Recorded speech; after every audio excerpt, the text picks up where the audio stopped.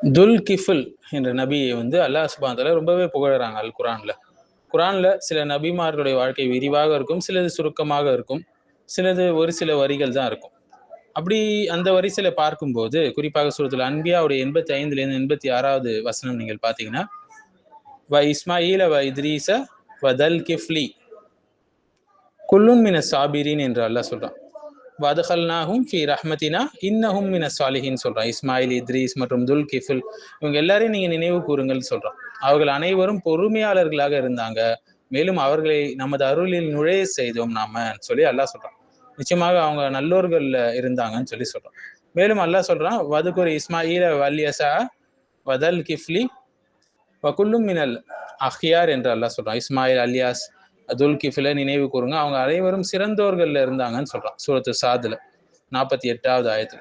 சரி, துல் கிஃபுல் என்பவர் யார் என்று பார்க்கும்போது அறிஞர்கள் அவரை பற்றி என்ன சொல்றாங்கன்னா, பெரும்பாலான அறிஞர்கள் அவர் ஒரு பனி இஸ்ராயல்ல இருந்து வந்த ஒரு நபின்னு சொல்றாங்க. இப்னு கசீர் ரஹிமுல்லா என்ன சொல்றாங்கன்னா, குரான்ல அல்லாஹ் அவரை நபிமார்களோடு சேர்த்து புகழ்ந்து இருப்பது அவர் உயர்ந்த அந்தஸ்துடையவராக இருந்ததை உணர்த்துதுன்னு சொல்றாங்க. அவருடைய கிஃபுல் என்ற பெயருடைய பொருள் என்னன்னு பார்த்தீங்கன்னா, அரபியில பங்கு, பொறுப்பு, உறுதி என்ற பொருட்கள் அதற்கு வரும். சில வரலாற்று அறிவுப்படி அவர் ஒரு பெரிய பொறுப்பை ஏற்று அதை முழுமையாக நிறைவேற்றியதால துல் கிஃபுல் பொறுப்புடைய உரிமையாளர் என்று அழைக்கப்பட்டார் என்று சொல்லப்படும். சில தப்சீர் நூல்கள்ல குறிப்பாக முஜாஹித் ரஹிமவுல்லா வழியாக வந்த அறிவிப்புகள்ல அல்யசா என்று சொல்லக்கூடிய அந்த நபி வயதாகின பிறகு அவர் என்ன சொன்னார்னா, எனக்கு பிறகு யார் மக்களை வழிநடத்துவார் என்று அந்த கேள்வி அவர்கிட்ட இருந்தது. அப்போ அவர் 3 நிபந்தனைகளை முன்வைக்கிறார்.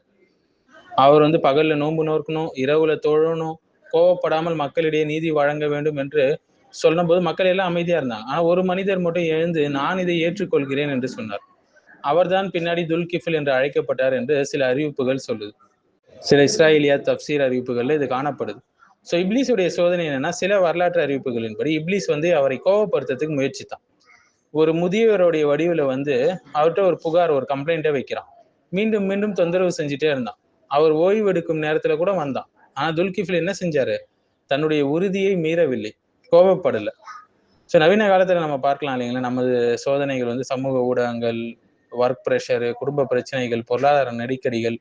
சரி, நம்ம கோபத்தால் நமது கொள்கையை இழக்கிறோமான்றதுதாங்க முக்கியம். துல்கிஃபில் பற்றி ஒரு ஹதீஸ் வருது, இப்னு உமர் அறிவிக்கக்கூடிய ஹதீஸ்ல. கிஃபில் என்று ஒருவர் இருந்தார், அவர் பாவத்துல மூழ்கி இருந்தார், ஒரு பெண்ணோடு தவறான செயலில் ஈடுபட முயன்றார், ஆனா அந்த பெண்ணுடைய நிலையை பார்த்து மரம் மாறினார் என்றெல்லாம் சில அறிவிப்புகள் வருது.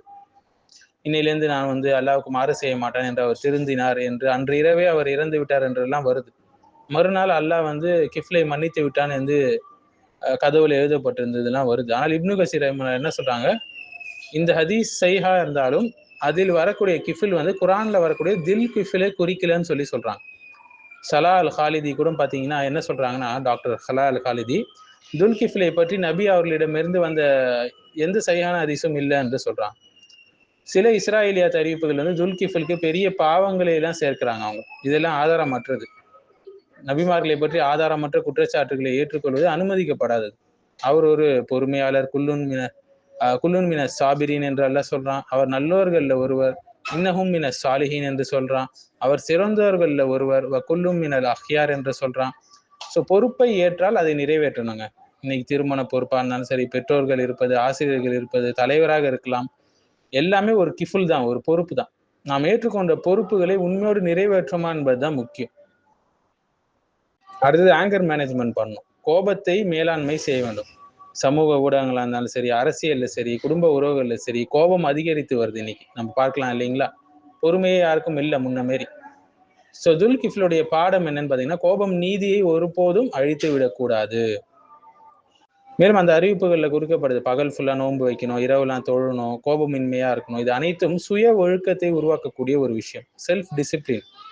ஸோ துல் கிஃபிலை பற்றி நமக்கு அதிகம் தெரியாது அந்த நபியை பற்றி, ஆனால் அல்லாஹ் அவரை புகழ்ந்து இருக்கிறான். மக்களிடையே பிரபலமாக இருப்பதை விட அல்லாஹ்விடம் ஏற்றுக்கொள்ளப்படுறதாங்க முக்கியம். ஆனா இன்னைக்கு எல்லாமே அப்படியே உல்டாவா இருக்கு.